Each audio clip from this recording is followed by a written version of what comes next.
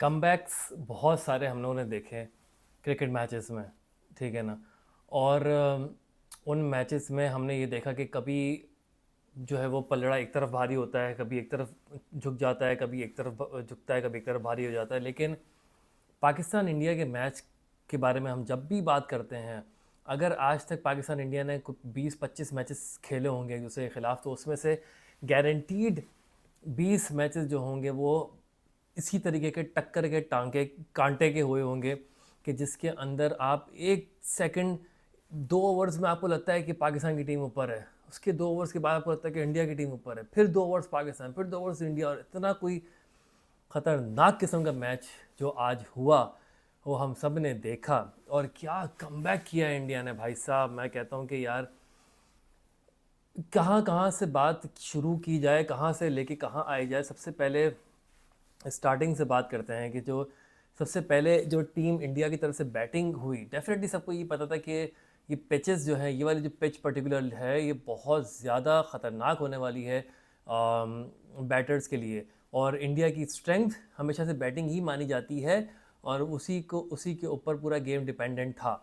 हमने देखा कि स्टार्ट हुआ, रोहित शर्मा ने थोड़ा अच्छा स्टार्ट लिया, उसके बाद विराट कोहली जो है वो इम्पैक्ट नहीं डाल सके इस मैच के ऊपर, जो हमेशा उन वो स्पेशली पाकिस्तान के ख़िलाफ़ हमने देखा है कि वो बंदा जो है हमेशा वही खड़ा होता है और वही जिताता है इंडिया को।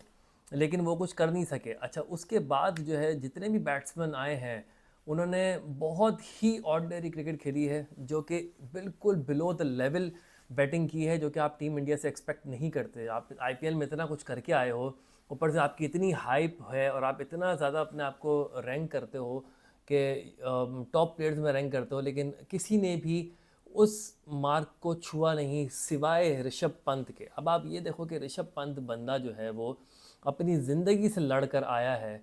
आईपीएल में उसने कोई इतना अच्छा परफॉर्म नहीं किया, लो रहा कुछ भी रहा, लेकिन जैसे ही वो इंडियन जर्सी के अंदर आया है, जिस दिन से वो खेलना शुरू हुआ है, वार्म अप मैच से लेकर आप आज के मैच तक देख लो, उसी बंदे ने आपको जितवाया है। उसी ने आपको होप दिलाई है कि भाई मैं हूँ मिडिल ऑर्डर में बैठा हुआ, टेंशन नहीं लेने का। अच्छा, उसके बाद आप बात करें पाकिस्तान बॉलिंग की, तो पाकिस्तान बॉलिंग से जितना वर्स्ट एक्सपेक्टेशंस थी पिछले कुछ मैचेस के अंदर देखने को, उस वर्स्ट एक्सपेक्टेशंस को हटा के क्या ज़बरदस्त किस्म की बॉलिंग पाकिस्तान के पेसर्स ने आज कराई है। और किस खूबसूरती से उन्होंने जो है वो इंडियन बैटर्स को टिकने नहीं दिया, पार्टनरशिप नहीं बननी दी, और किस तरह से वो गेम को लेकर 120 के टारगेट तक लेकर आ गए। ठीक है, 120 एक लो टोटल होता है डेफिनेटली आजकल टी20 में। तो वो आईपीएल में आपने देखा कि वो ट्रेविस हेड और अभिषेक शर्मा वो 5 ओवर में 120 रन बना रहे थे। तो 20 ओवर में 120 रन बना, दैट मीन्स कि पिच इज़ वेरी बैड। ऊपर से इतना प्रेशर, ऊपर से 35,000 लोगों का का क्राउड, उसके अंदर 35,000 में से 30 नहीं 25,000 तो इंडियन क्राउड था, ऊपर से 10,000 तो पाकिस्तानी क्राउड होगा। इतना एडेड प्रेशर उसको एब्जॉर्ब करना बहुत डिफ़िकल्ट है। इतना शोर, इतना हर चीज़ के ऊपर आपको फोकस होता है, सारी चीज़ें आप लोग देख रहे होते हो। लेकिन उसके बाद जब पाकिस्तान की बैटिंग आई तो फिर सारी एक्सपेक्टेशंस जो है बाबर आजम और रिजवान से इसलिए लगाई गई थी क्योंकि ये पिच सूट करती थी बाबर आजम को बहुत ज़्यादा, क्योंकि Babar Azam technically sound player है, बैट्समैन है, और वो रना बॉल खेलना ज़्यादा पसंद करता है। तो उससे एक्सपेक्टेड था कि वो और रिजवान जो है वो टीम को एक अच्छी पोजीशन पे लाके फिर आउट होकर चले जाएंगे, तो पीछे से आके कोई ना कोई रन कर ही लेगा। लेकिन बाबर आजम वो नहीं कर सके। बहुत ही ऑर्डिनरी और not so Babar Azam shot खेल के वो आउट हुए। ऐसा लग रहा था जैसे स्लिप पे कैच प्रैक्टिस करवा रहे हैं वो सूर्या कुमार को। तो वो आउट हुए। उसके बाद रिजवान का शुरू में कैच जब ड्रॉप हुआ, शिवम दुबे ने जब छोड़ा कैच, तो उसके बाद लगा कि यार ये गेम घूम सकता है, क्योंकि पाकिस्तान इंडिया का एक हिस्ट्री रही है कि जब भी कभी इंडिया की तरफ से कोई नो बॉल हो जाती है या कैच ड्रॉप हो जाता है, तो उसके बाद जो है वो पाकिस्तान पागल हो जाता है और वो मैच को कहाँ से कहाँ ले जाता है। लेकिन इस बार ऐसा नहीं हुआ। रिजवान सेट हो गए थे, लेकिन जैसे ही बुमराह दोबारा अपना स्पेल डालने आए हैं, तीसरा ओवर दूसरा ओवर, किस खूबसूरती से उसने पहली ही बॉल इन स्विंगिंग आपको डाली। और मुझे समझ में ये नहीं आया कि रिजवान जैसा बैट्समैन जो नंबर 1 कैटेगरीज में आता है, वो कैसे एक पेसर को जिसका बॉल अंदर आता है उसको क्रॉस में शॉट खेल सकता है। ये आप मुझसे एक्सपेक्ट कर सकते हैं। मैं लोअर ऑर्डर का बैट्समैन हूँ, मैं सिर्फ हिटर हूँ, मैं ऑलमोस्ट 10 में से 9 मरतबा क्रॉस खेलने में आउट होता हूँ। मुझसे एक्सपेक्ट कर सकते हैं आप ये, क्योंकि मैं एक सी डिवीज़न प्लेयर हूँ, लेकिन आप यार इंटरनेशनल प्लेयर हो, आप मोहम्मद रिजवान हो, आपके ऊपर पूरा पाकिस्तान बेस करता है, आपने ही मैचेस जितवाने हैं, लेकिन आप इस तरह का शॉट खेलोगे जबकि आपको पता है कि नीचे से कोई भी नहीं है जिसके ऊपर आप रिलाई कर सको। उसके बाद वही हुआ, शादाब आया, इफ्तिखार आया, इमाद इमाद आया, ठीक है। इन्होंने आके क्या किया? इन्होंने आके कुछ नहीं किया, इन्होंने आके सिर्फ वही किया जो ये लोग हमेशा से करते आ रहे हैं। ये इमाद वसीम और मोहम्मद आमिर सिर्फ शोज़ में बैठ के इनको सिर्फ बोलना आता है, जब ये लोग फील्ड पर उतर रहे हैं तो बिल्कुल वैसी ही हरकतें कर रहे हैं जैसी ये लोगों के ऊपर क्रिटिसाइज़ करते थे। तो इमाद वसीम ने बेतहाशा डॉट बॉल्स खेली, रिजवान ने बेतहाशा डॉट बॉल्स खेली, जिस वजह से ये प्रेशर बिल्डअप हुआ और पाकिस्तान ये हाथों का मैच, जीता हुआ मैच हार गया। इंडिया की तरफ से जो बेहतरीन किस्म की बॉलिंग करवाई है बुमराह ने, सिराज ने और अर्शदीप सिंह ने, उसकी आप बातें करते रहोगे ख़त्म नहीं होगा, क्योंकि उन्होंने किस तरह से प्रेशर को हैंडल किया है। जब एक लो टोटल आप देख रहे होते हो ना, तो आप अपने आपके कंधे गिर जाते हैं, आप बोलते हो यार शिट यार, ये तो बन ही जाएगा किसी भी हाल में, लेकिन नहीं, उन्होंने फाइट दिखाई, उन्होंने एंड तक खेला, उन्होंने किस खूबसूरती से जो है वो बॉलिंग, रोहित शर्मा ने बॉलर्स को यूज़ किया और किस तरह से मैच को एक एक वक्त में विन परसेंटेज जो है कंपैरिजन, वो लिखा हुआ रहा था कि इंडिया का विन परसेंटेज 6% और पाकिस्तान का विन परसेंटेज 94%, ठीक है ना। तो उस विन प्रडिक्शन के बाद से एक दो ओवर के बाद इंडिया का विन प्रडिक्शन 46% पे पहुंच गया था। That is India versus Pakistan for you. ये होता है एक नेल बाइटिंग मैच। मतलब आप ये देखो कि एंड आखिरी बॉल तक ड्रामा ख़त्म नहीं हुआ। जब नसीम शाह ने चौका मारा, एक स्कूप वाला और एक उधर वाला, तब भी ड्रामा ख़त्म नहीं हुआ। आप ये देखो कि कुछ भी हो सकता था, लेकिन यार मैं कहता हूँ कि heads off to only Indian bowlers. मैं ना कैप्टन को इसका वो दूंगा, क्रेडिट दूंगा, सिर्फ ऋषभ पंत को इसका क्रेडिट दूंगा और बॉलर्स को, और स्पेशली बुमराह को। भाई साहब, मतलब मैं कहता हूँ कि टीम इंडिया के अंदर अगर कोई मैच विनर्स हैं तो वो सिर्फ दो हैं, एक विराट कोहली है और एक जसप्रीत बुमराह। उसके अलावा आप किसी के ऊपर रिलाई नहीं कर सकते when it comes to Pakistan versus India match. अगले मैचेस में जो है वो सूर्या कुमार जो है वो इन और शिवम दुबे जो है इन लोगों को बहुत मारेंगे, ये आयरलैंड को और यूएसए वगैरह को छक्के चौके सब कुछ करके ये लोग अपना दोबारा नाम अपना कैरी फॉरवर्ड कर लेंगे। लेकिन जो नाम रह जाता है ना भाई, वो वही नाम रहता है जिसने पाकिस्तान वर्सेस इंडिया में परफॉर्म किया होता है। जैसे आज नसीम शाह ने परफॉर्म किया और हारिस रऊफ़ ने दोबारा परफॉर्म कर दिया है, तो अब इसकी जगह जो है वो जाहिर सी बात है सीमेंटेड हो गई है। कहने का मकसद सिर्फ ये है कि भाई अभी इस वर्ल्ड कप से पाकिस्तान की टीम जो है वो 90% निकल चुकी है। जिस तरह का इस तरह का अब इस बार का वर्ल्ड कप का फॉर्मेट है, उसके अंदर पाकिस्तान के कोई चांसेस नहीं है। इंडिया को अब यहाँ से आगे जाना है और उनको ये मेक श्योर करना है कि भाई साहब, आपने आज बैटिंग में बहुत बुरा किया है, आपको अपनी बैटिंग, आपकी स्ट्रेंथ है, आपको अच्छा खेलना पड़ेगा if you want to win the world cup. Pakistan की टीम के कंधे ऑलरेडी आयरलैंड के टाइम से झुके हुए हैं, क्योंकि उनका कोई कॉम्बिनेशन नहीं बन पा रहा। तो अगर आपने आज पाकिस्तान से मैच जीता है तो आपके लिए खुशी होने की बहुत बड़ी बात है, खुश होने का बहुत अच्छा वो है, लेकिन आपको इतना ज़्यादा खुश नहीं होना चाहिए इस बात पे, क्योंकि पाकिस्तान इस वक्त आयरलैंड और ये यूएसए और इन सब टीम्स के लेवल की हुई है, क्योंकि देर इज़ नो कॉम्बिनेशन।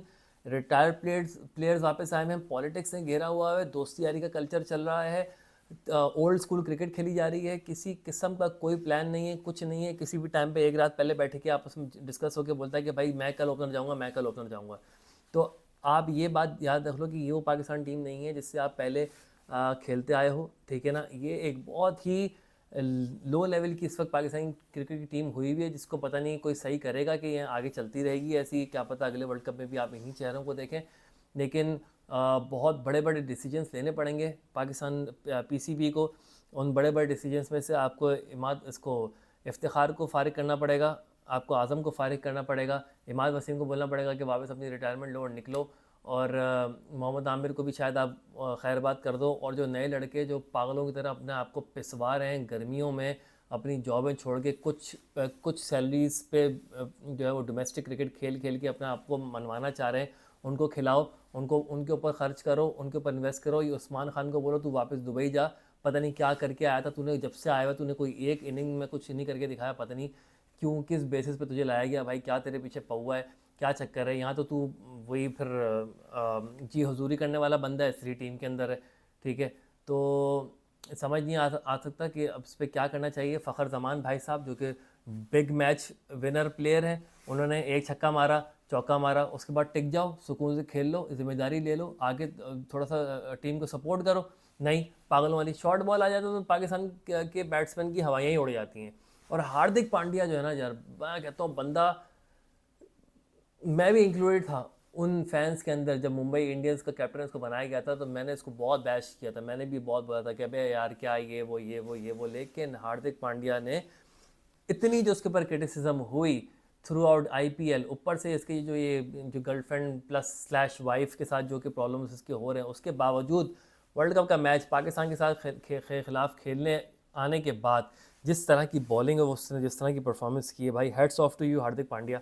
ज़बरदस्त भाई, यू आर अ करेक्टर, मतलब तू जैसा भी है, you are a character and you know your stuff, you know what you are doing. और यहाँ से आगे एज अ क्रिकेटिंग फ़ैन देखो भाई, मैंने पहले भी इस चैनल पे हमेशा हर वीडियो में ये बोला है कि यार मैं कभी भी बायस नहीं होता क्योंकि मैं क्रिकेट लवर हूँ। लेकिन मैं इस चीज़ को भी नहीं झुटलाता कि as I am a Pakistani, तो मेरा थोड़ा सा जो मैं डेफिनेटली थोड़ा सा नहीं, बहुत ज़्यादा जो मेरा दिल है या मेरा जो रुझान है वो पाकिस्तान टीम की तरफ ही है। डेफिनेटली इट्स हर्टिंग और मुझे बहुत बुरा लगा, आई एम रियली सैड।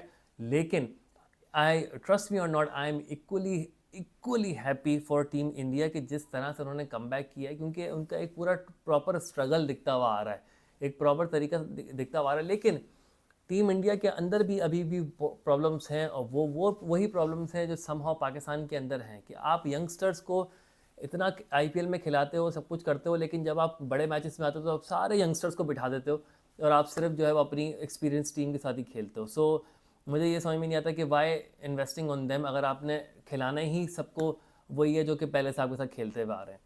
तो यहाँ से मूविंग फॉरवर्ड क्या होगा, टीम इंडिया तो डेफिनेटली थ्रू है अगले राउंड्स के लिए। बाकी के यूएस, आई थिंक यूएसए से और आयरलैंड से मैच है उनका, तो उनको भी आराम से हरा देंगे। पाकिस्तान का जो है वो कनाडा से और आयरलैंड से मैच है। जिस तरह की कंडीशन पाकिस्तान की टीम की इस वक्त चल रही है, आप कुछ नहीं कह सकते। There is no doubt in saying that कि वो पाकिस्तान की टीम ये जो करंट वाली है, ये कनाडा और आयरलैंड से भी हार जाए। You can not say anything about it, ऐसा भी हो सकता है। और 50 से 60% चांसेस यही हैं कि हारेंगे ही। मसला सारा जो है ना, मैं इन दी एंड एक चीज़ से सिर्फ बताना चाहता हूँ कि पाकिस्तान की क्रिकेट टीम जो है ना, पाकिस्तान के प्लेयर्स जो हैं, वो सिर्फ एक सेल्फिश स्टेट ऑफ माइंड के साथ खेलते हैं। वो सिर्फ अपने बारे में सोचते हैं, वो सिर्फ ये देखते हैं कि यार हमने कैसे करना है, हमने मैचेस में क्या करना है क्या नहीं करना। वो अपने फैंस के बारे में या जो लोग उनके पीछे पागल हुए हैं, दीवाने हुए हैं, उनके बारे में नहीं सोचते। वो सिर्फ एक अपनी अप्रोच लेके चल रहे हैं। वो 11 लड़कों की टीम जो है, they are trying to prove इतनी millions of fan following wrong कि भाई तुम सब लोग गलत हो, सिर्फ हम 11 सही हैं, तो हमारी क्रिकेट को देखो जैसे हम खेल रहे हैं। आप पाकिस्तान की क्रिकेट के स्टैम्प पे कंपैरिजन करो कि जिस तरह की क्रिकेट इंडिया की टीम, चलो इंडिया की टीम से कंपैरिजन नहीं करो, ऑस्ट्रेलिया से करो, इंग्लैंड से करो, किस तरह से खेलते हैं। आपके पास 6 ओपनर्स 5 ओपनर्स स्क्वाड में हैं, और उसमें से कोई एक ओपनर ऐसा नहीं है जो कि पावर प्ले में आके आपको 60 रन का स्टैंड दे सके। तो it's a big worrying sign for Pakistan. बहुत ज़्यादा ट्रोलिंग हो रही है, बहुत ज़्यादा मीम्स बन रहे हैं, बहुत ज़्यादा जो है वो इंडियन जर्नलिस्ट इस बारे में इस चीज़ को खींच रहे हैं। Definitely they will do it, definitely they will do it and they should do it, because अगर ये पाकिस्तान जीतता मैच तो पाकिस्तान की तरफ से भी ऐसी ही किस्म की चीज़ें आती हैं। लेकिन love for the cricket and respect for the cricket will always remain and should always remain at the same level. तो ये थी आज की वीडियो पाकिस्तान वर्सेस इंडिया के मैच के लिए। As I promised, no matter what, जो भी जीतेगा I will come up with a video and I will share my thoughts with you guys. Thank you so much for watching this video and my previous videos as well, and I will see you in the next one. Thank you and have a great night. Bye bye.